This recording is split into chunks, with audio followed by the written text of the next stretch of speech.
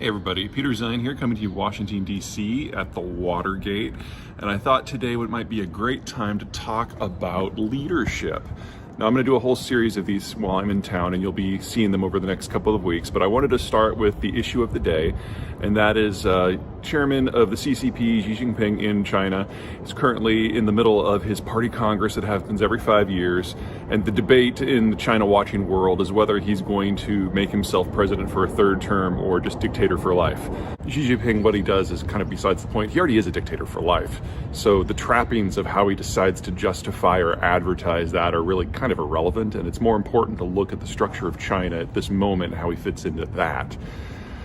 China's a tough place to govern. It's a huge country with a massive amount of geographic diversity, and even though the Han supermajority is over 90% of the population, the regions are so distinct that there's a lot of identities even within the ethnicity.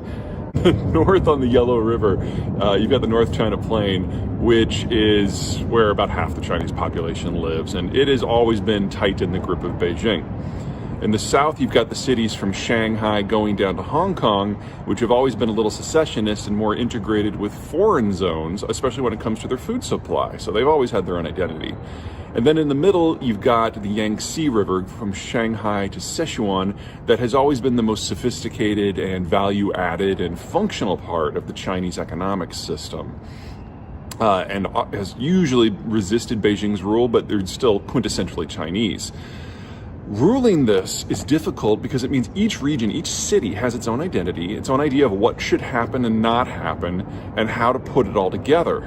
And then in Beijing, you've got the emperor who has to manage all of this, and it means that China tends to oscillate wildly between two conflicting visions. On the one hand, there's local autonomy. You've got the locals who are determining what happens. They have a saying in China that the emperor is far away. And so the Chinese system tends to spin apart into dozens of competing systems. On the other hand, you've got the emperor who tries to hold it all together and tends to over-centralize as a result. And combining those two themes means that China has the most war-torn and internecine, conflicting history of all of the major cultures of all the world. Now, in the leadership years before Xi, this is not Mao, but his successor, Deng Xiaoping, and moving on from them, there was this idea that there had to be a degree of balance. So leadership involved the south, the central sections, and the north, although the north was very clearly in charge, and the center was very clearly in the second position.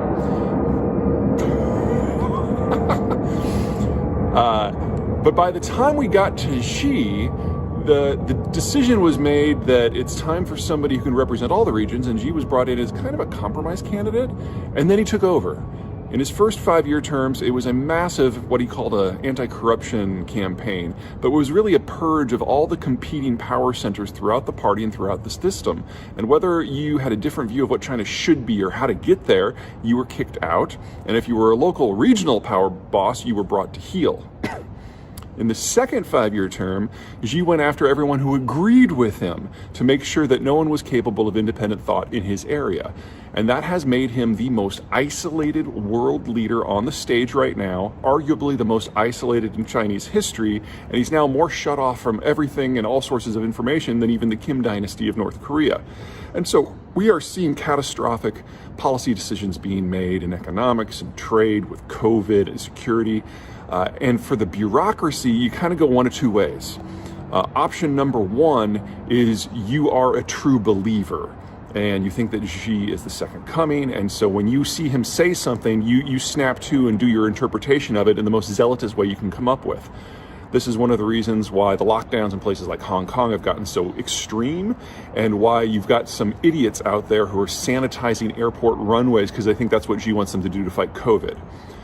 But the vast majority of the bureaucracy, knowing that if they get brought to Xi's attention, good or bad, it could be a disaster, they just don't do anything unless they're specifically told. So we're seeing a seizing up through the entire system because we have a leader that is so disconnected from everything. He's making decisions without any information whatsoever because nobody wants to bring it to him. And that means that the Chinese system now, its greatest threat, the greatest threat to the Chinese system, the greatest reason to expect the Chinese system to collapse in the foreseeable future is the leadership. We think we have a problem in the United States going back and forth from W to Obama to Trump to Biden and all the issues and inconsistencies with that. It's nothing compared to the complete information lockdown that now exists at the very top in the Chinese system. Okay, next time I'm sure we're gonna have to talk about Putin because, wow. All right, everyone take care. See you soon.